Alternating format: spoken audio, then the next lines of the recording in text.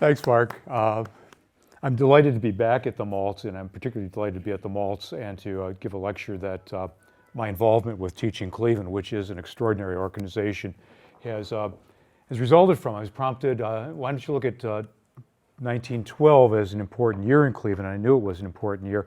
Now, we're all teachers, and one of the most difficult things we have sometimes is connecting the past to the present. And one of the times where it gets real easy is when you have an anniversary year.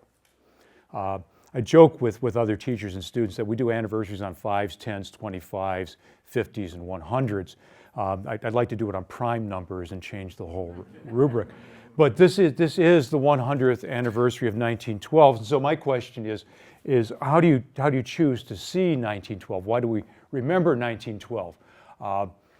Probably the biggest 1912 anniversary this year gave you a sinking feeling, and that was the Titanic. We make a lot out of tragedy, but there's somebody else, and this is, I don't know if anybody other than one or two people who I know in this room know who the man next to, this is not the captain of the Titanic.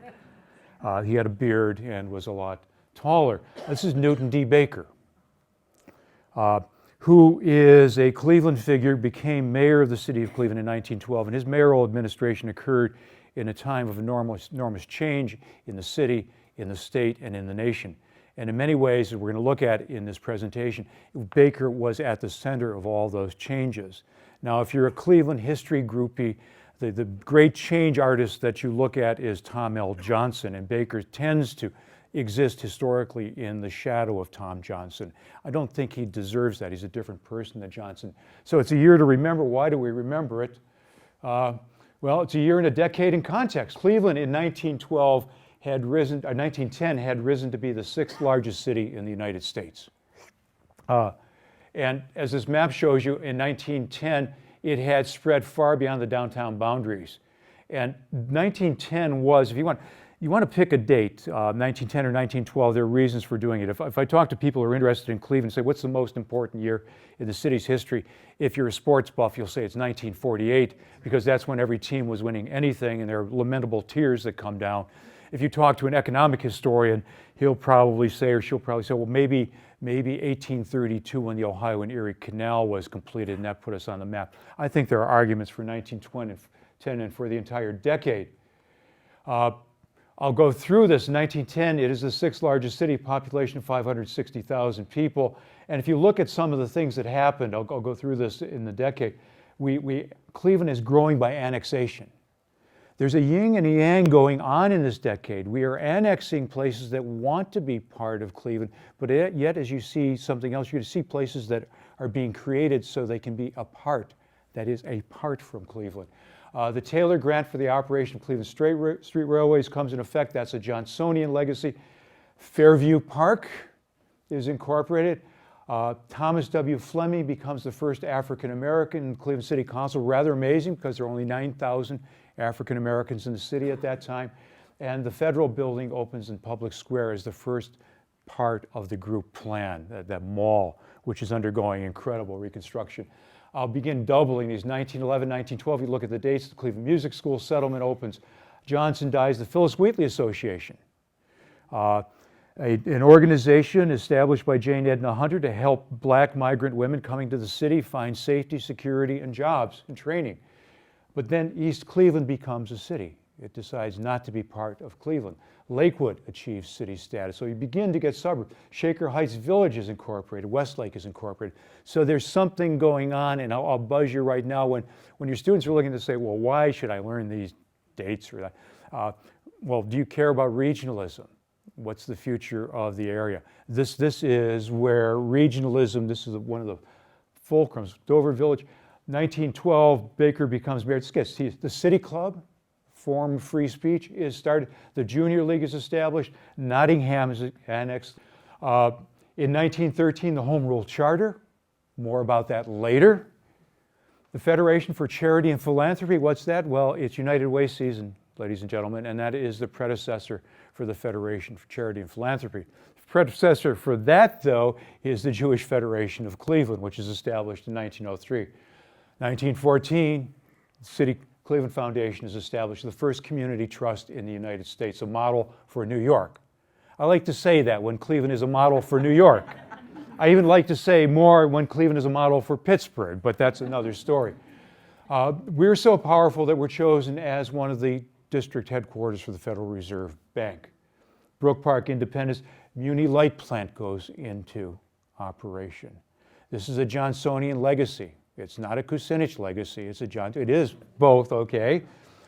Russell and Rowena Jelliff in 1915 start Caramel House. You can go on. Beechwood Village is incorporated, Maple Heights, and the School of Applied Social Sciences, Mandel SAS, as it is known now, is created.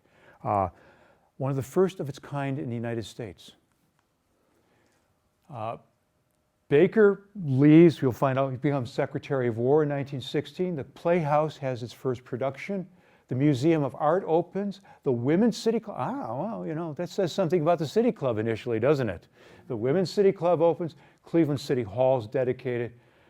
High Level Bridge, Detroit Superior. The Metro Parks is organized in 17. Richmond Heights, Solon Village, the Negro Welfare Association, the Urban League, all of this in a 10-year time span. I'll slow down in a second. Oh, there's more. First concert of the Cleveland Orchestra. Another thing is quite a federal court trial, Eugene Debs. You'll meet him later in this presentation. In Cleveland, Cuyahoga Heights. And then it gets a little into the May Day riots. We can do a little lecture on that.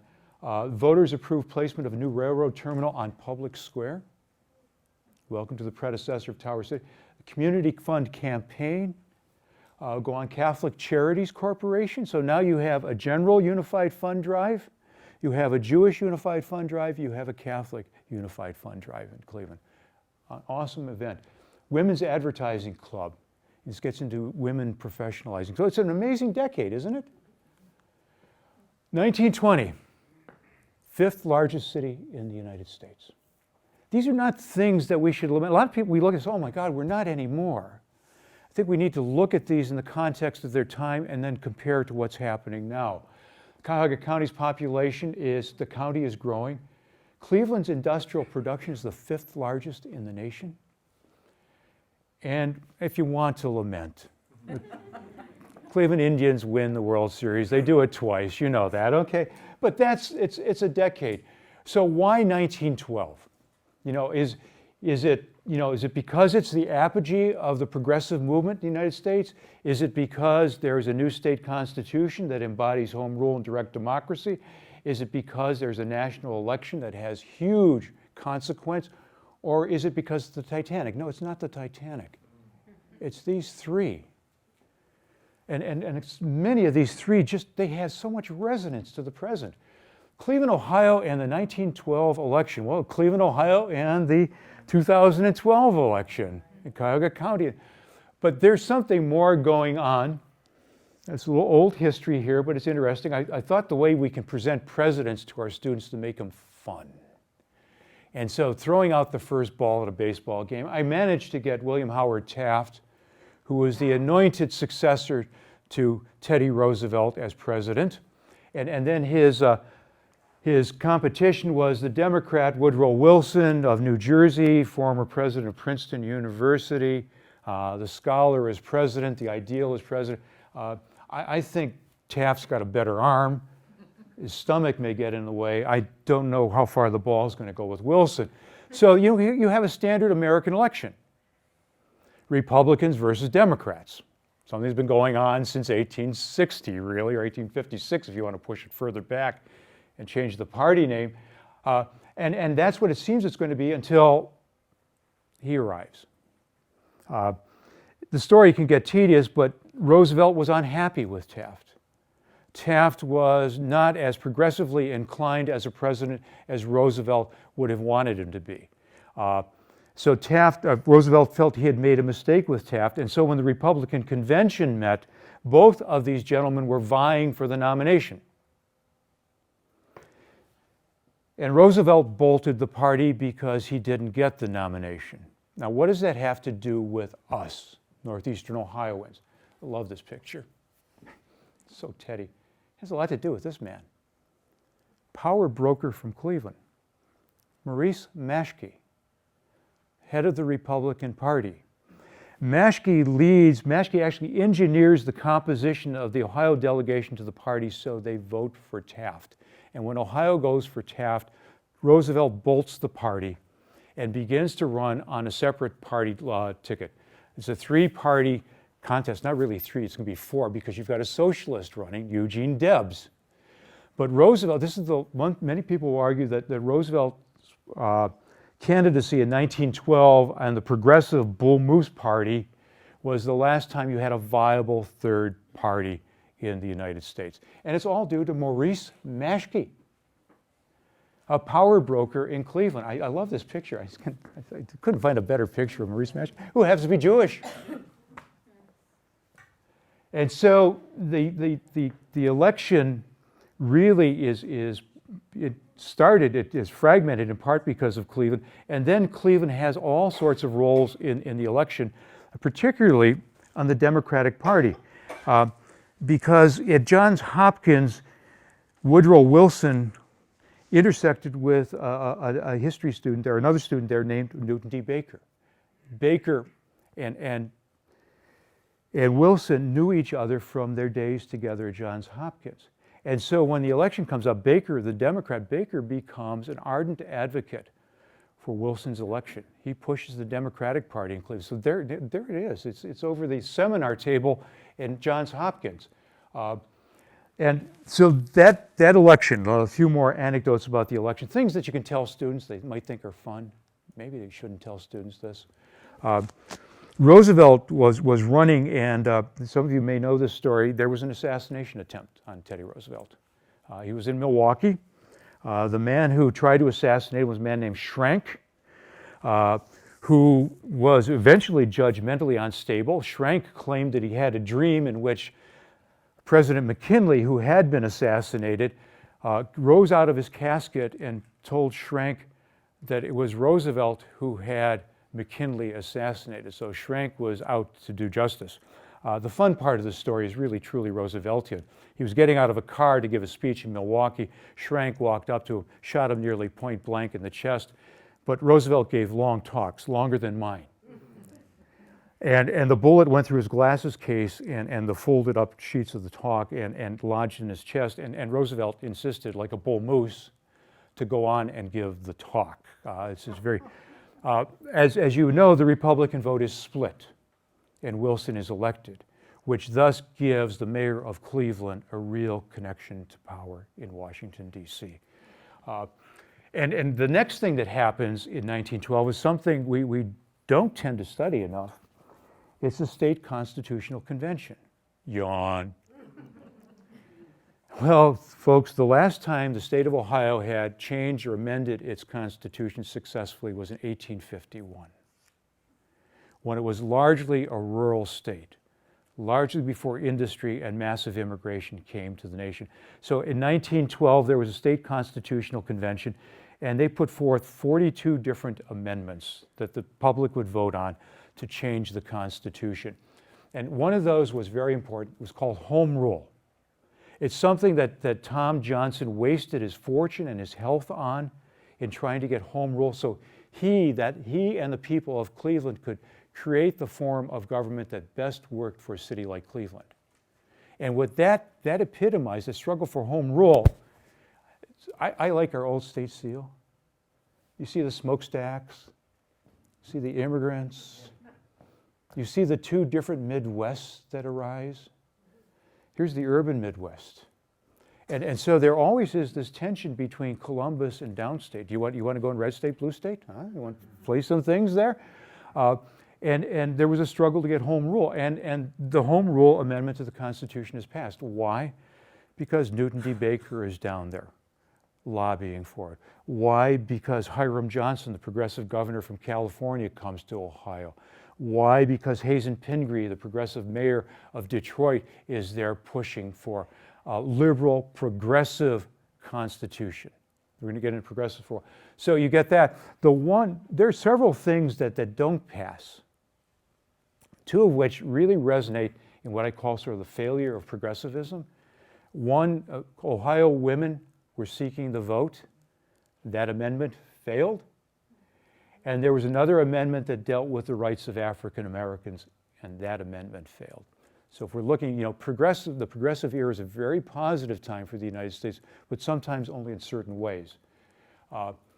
And so the Constitution changes, and here's one of the catalysts. This is Newton D. Baker, mayor of the city at that time, and what he turned, Baker is a fascinating mayor. He's very different than Tom Johnson.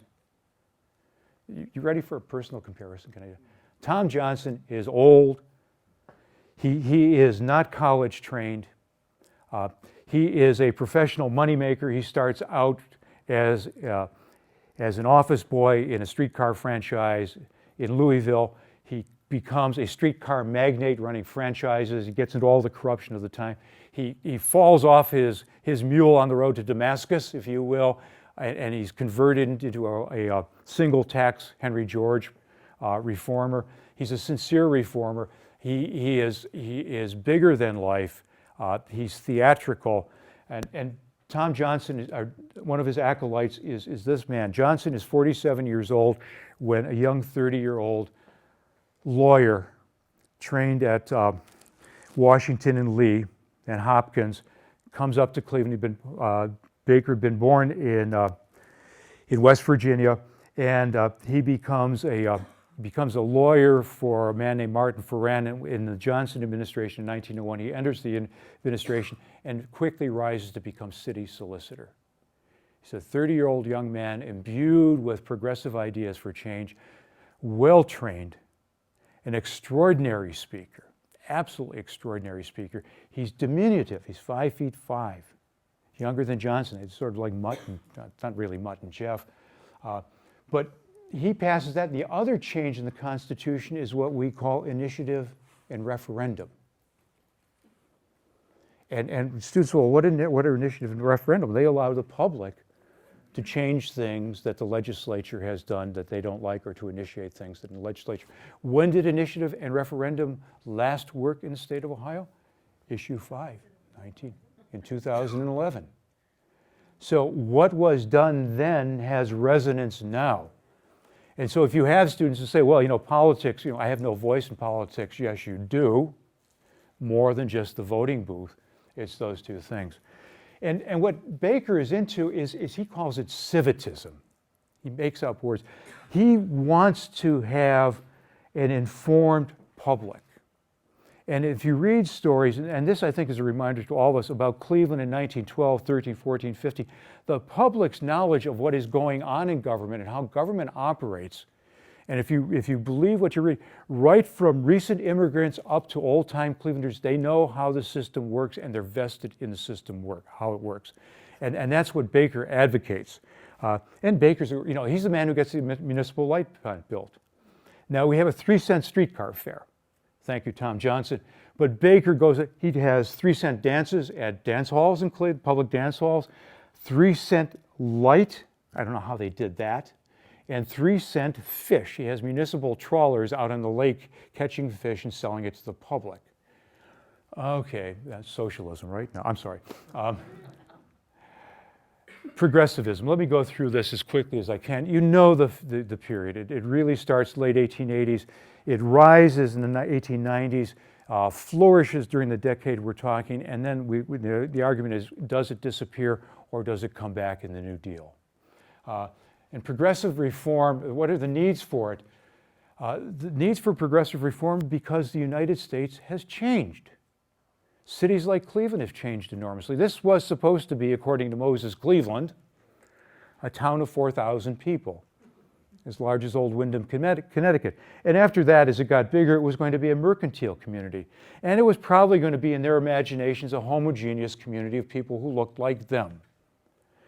But America changes and cities like Cleveland change. So what you get is an industrial community.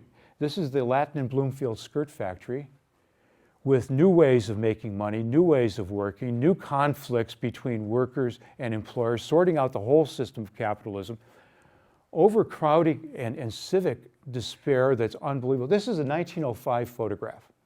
This is a home for 5 families. It's on the edge of the flats. Now, I do really corny jokes and comparisons. Right now, you'd pay $300,000 for a condo on the edge of the flats, wouldn't you? But these are the issues that cities and the nation had to confront. How do you grow into a modern industrial nation when your roots are not set for that? And that's what progressivism does, industrial modernity. There are all kinds of aspects to the progressive mentality. This is Washington Gladden, a Protestant minister who was an ardent proponent, perhaps the proponent of the social gospel. A large part of progressivism were people who were altruistic. And we can do, they're young people out of college. They look at their religion and they don't see the religion really serving the true tenets. So for Washington Gladden, it was not enough to go to a church and worship Christ. One had to behave like Jesus would have behaved to his fellow man. And this goes beyond just the Christian community. You find people like Jane Addams speaking at Temple Tifereth Israel in the 1890s about progressive reform. The other aspect of progressivism is perhaps not as congenial. This is Frederick W. Taylor, the father of scientific management. Progressivism was very scientific, very rational, very orderly. So Frederick W. Taylor was the one. How many of you ever had family members who had a time study man watch them do their work? Were they very happy about it? Sort of engineering us as human beings to fit the modern production method. So you have Taylorism, you have religion, you have altruism, and you have issues that influence progressive change. And this is in Cleveland as well. And one of the arguments about progressive change is why does it occur at this time? Is because there were people talking about alternatives to the system that didn't seem to be working in 1890s America. And I'll give you two examples. You're really famous at the turn of the 20th century when you get your name on a cigar box in your picture. This is Henry George, whose solution was a single tax on property, the accrual of value in property. He was really the person to whom Tom Johnson, his philosophy to whom Tom Johnson converted. This person you don't really know, do you? He's Charles Ruthenberg. He's a Clevelander. He ran for mayor as a socialist, did very well. Eugene Debs was the fourth candidate in that 1912 election. He did very well as well. So the question was, do we look at non-American systems of government and go to them, or do we try to fix what we have? That's one of the very simplistic examples of a progressive change. Interesting thing about Charles Ruthenberg, he eventually converted. He became a communist. He's one of two Americans who are buried inside the Kremlin wall. The other one is John Reed. Congratulations, Cleveland.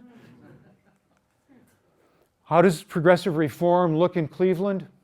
Well, it really does start at the municipal level with Tom L. Johnson's 1910 picture. Here's Johnson. Here's Newton D. Baker. Here's Peter Witt.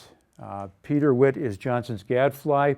He tends to be far to the left. He's not a socialist. He's a laborite. Witt knows how to stir up the crowds. He knows how to speak the people's language. And together with Johnson and Witt and Baker, what they do is they modernize the city's government. They put experts in control of various aspects of city life. It's a very progressive thing. And they go out to the public. They educate the public. Johnson has tent meetings. So this is progressivism starting in Cleveland. It's the triumvirate that we tend to remember. So you have political progressivism.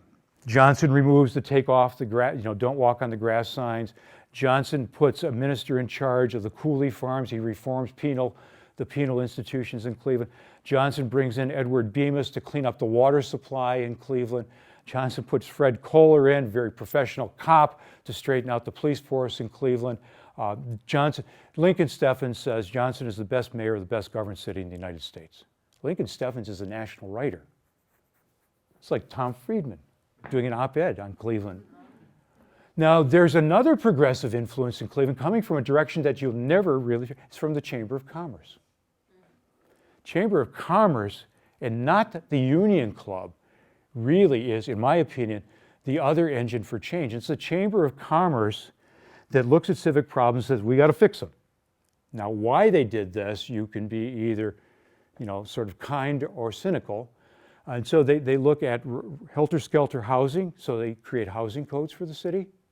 They look at the fact that many of the immigrants live in neighborhoods that have no plumbing, and they build bathhouses. They have a bathhouse committee. It's their committee that creates what is now United Way.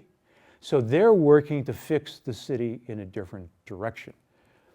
One of the real powers in the Chamber of Commerce is Martin Marks. Martin Marks is on the Board of Trustees of Western Reserve University as well. He's also Jewish. So the Chamber of Commerce, unlike the Union Club, is sort of, I would call, religiously integrated at that point. Marxism, he's one of the most important figures in the city's history at the turn of the 20th century.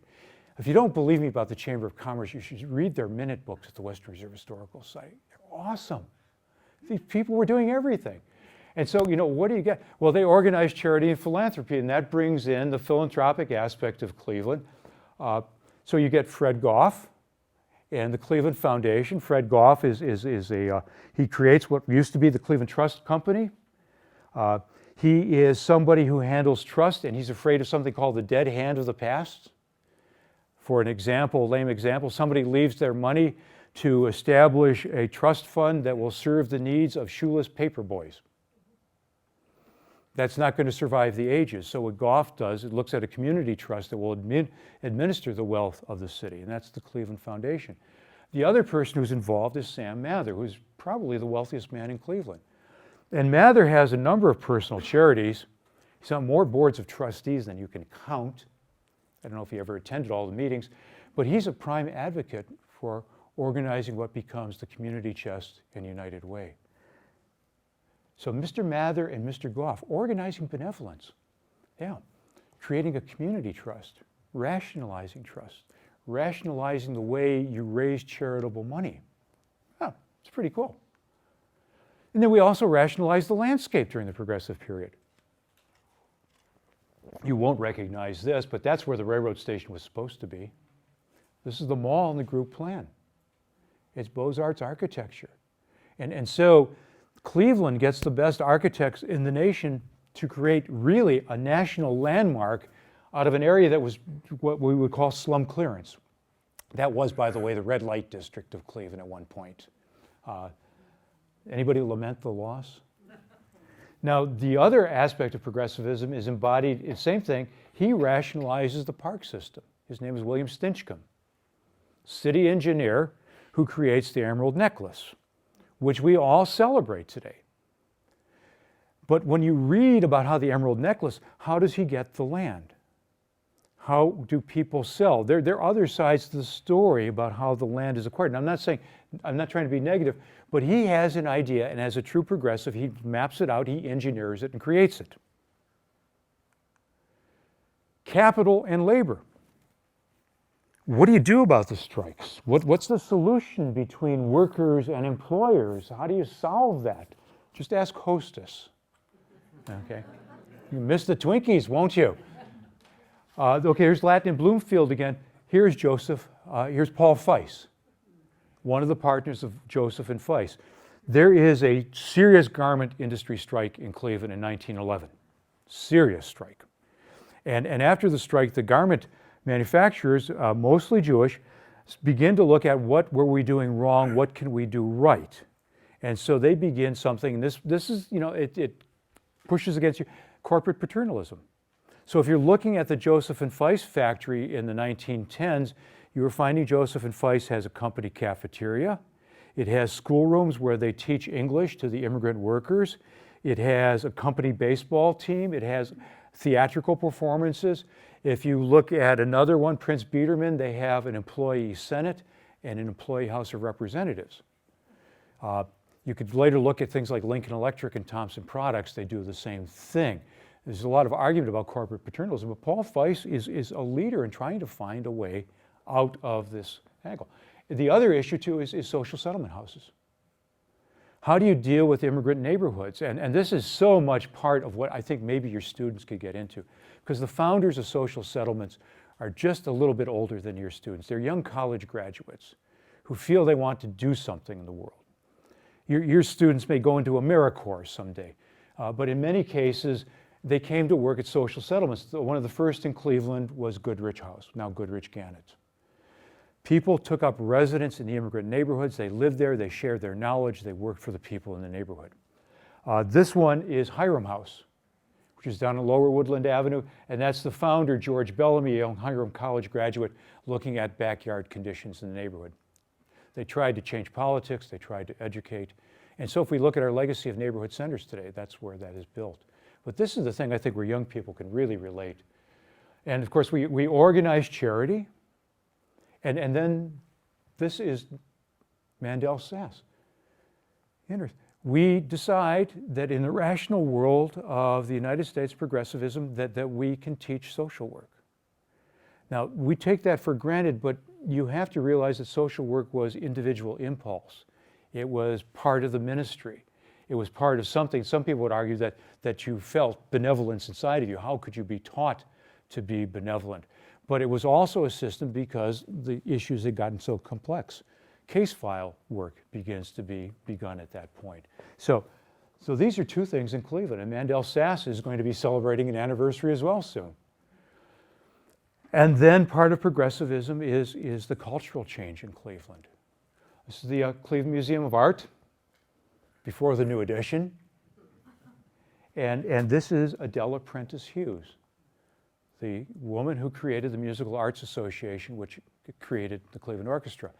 Now, you should probably ask me, well, why, some people say, well, gee, these are just organizations where rich people can celebrate their collections, leave their collections, or listen to the music they like. But no, not really, because the first director of the Cleveland Museum of Art, Frederick Allen Whiting, was an educator. He was not an art historian. And so much of what Adela Prentice Hughes wanted to do with good music was to do what we see now, the yellow buses up and down East Boulevard. So it was I would say part of the social settlement mentality of inculcating learning and art. But there's an edge of progressive action that I want to talk about here. It's 1912. Lady in the center is Belle Sherwin, League of Women Voters. Women would have to wait another 7 years past 1912 to get the vote in the United States and Ohio. And so women are organizing, and they tend to be on the edge of it. So like the Women's City Club. And these two people are really on the edge. They're white college graduates from Oberlin. They're Russell and Rowena Jelliff, who decided to do something in 1915 that is outre. In an increasingly segregated city, they decided to open a social settlement that it caters to both African American migrants and white immigrant children. We know it as Krieger-Mueller House today. Krieger-Mueller House's anniversary is coming up. That is risky business at that point. They're beyond the edge of what some people would say is acceptable in society.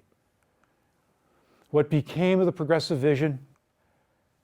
Well, some people would say that Civitas fragmented on personal choices that related to not wanting to be with people who didn't look like you. And I'm playing around the edge here. When those suburbs were created, when Shaker Heights was created, when East Cleveland was created, when Cleveland Heights was created, and when Lakewood were created, they didn't want to be part of the big city. The question we're still asking is why? In part, they wanted to run their own services. Maybe in part, they didn't want to be part of a public political system that was becoming increasingly immigrant-dominated. Didn't want to be, I don't know. These are all speculative. I tend to be really cynical at times. But there are certain things that I tend to read in the landscape. Peaceful Shaker Village, which had for many years restrictive covenants. Cleveland Heights. I do this all. I love to teach seeing history, not in text, but in objects and streets and buildings and signs. I live on Overlook Road, but I'm near Coventry, Berkshire, Kent, Yorkshire. Jeeves and Worcester live around the corner from me. But when this was created in the 1890s, essentially they were creating something that was different than Little Italy, which is right down the hill. That Cleveland Heights became the center of Judaism so quickly is an amazing story. So there's something going on in this fragmentation. It's something that regionalism is trying to push back together. The other divide of race, you can look at things so many ways. This is George Myers. How many of you know the name George Myers? Okay. He was a barber. most powerful barber in Cleveland, Ohio. His barber shop was in the Holiday House. He's African American. And when he was barbering, chances are, gentlemen, if you went to get your hair cut, your barber would be black. And as Cleveland went from very open in terms of race from its beginnings, by the 1880s, it began to be more concerned about race. And Myers ran the barbershop in the Holiday Hotel, and the Holiday Hotel was the power center of Cleveland. It's where Mark Hanna and all the politicals came. George Myers was a confidant of a historians. He was confidant of Marcus Hanna, and this is when the African American population voted Republican. And so Myers, though, was told just about his retirement, I'm going to get the story only partially right, that when he retired, the Holiday House was going to get rid of the rest of his barbers, who were all black, and they were going to be replaced with white barbers. Myers, as the story goes, was going on a vacation to go out. He knew this news. It was where he goes to get his railroad ticket and he has a heart attack in the railroad station. So this is the unsolved issue. And we celebrate Phyllis Wheatley, but if you read the history, and this is, Phyllis Wheatley was funded in very large part. Jane Hunter is one of the most remarkable people in Cleveland's history. You need to read her book, A Nickel and a Prayer. It's available. Your students should read that book. But Jane Hunter had to confront a city that was becoming racially divided. Some historians will argue that white money came into Phyllis Wheatley to avoid integrating the YWCA. Now that's a debatable issue. But Jane Hunter did a remarkable job in soliciting wealthy people to build the center at 40th and Cedar. It's just celebrated its 101st birthday. So these are the undone issues of progressivism. The other question, we can talk about this in question and answer because I need to wrap this up, is why did progressivism, why did people sour on it? One of the arguments is that people never really did, but then other people will say, well, progressivism, look at, after Wilson, you get Harding, Coolidge, Hoover, look at the 20s and normalcy, is that progressive or not? The other issue is that it was just went underground for a while and then it came up in the New Deal. And some historians say it really did close down. One of the problems may be what happened in World War I. Here is Newton D. Baker, Secretary of War. Now, let me fill you in a little bit more on Baker. When Wilson became president, Baker was offered Secretary of the Interior, the position, several times. He decided not to take it.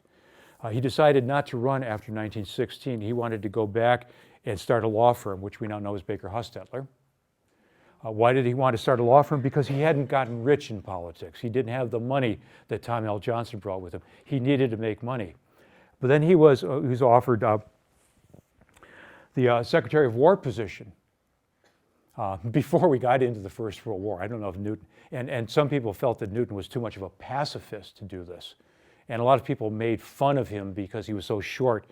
And it was kind of, remember the old Mike Dukakis commercial in the tank? If you saw a picture of Newton D. Baker on the front line with the doughboy hat on, the soldiers, some people referred to him as Nudie Cootie. But he's the most remarkable organizer. It was under his aegis that the United States put together an army and a force and shipped it overseas. It was under his aegis that the United States industry shifted to war production. He was an organized progressive. But the progressive system in Washington also created the 4 Minutemen and the Creel Committee that sent people around the country fostering, I will argue, both patriotism and hatred and suspicion. And when the war was over, and when the body counts came in, many Americans had had enough of the war. And some Americans, according to some people, saw that ultra-organization that occurred. The loss of freedom of speech. Ask Eugene Debs. Spoke against the draft in Canton, Ohio, spent time in a federal penitentiary for seditious speaking. And so some people equated that with it. They wanted to get back to normalcy. It's a long story, too long to go into here. And so this may be one of the reasons. But it points out this man again. Baker is, he's a complex character. He is one of the best public speakers at the 1924 Democratic Convention. Let me give you two Bakers after Cleveland. He's still, after his mayoralty and after the Secretary of War.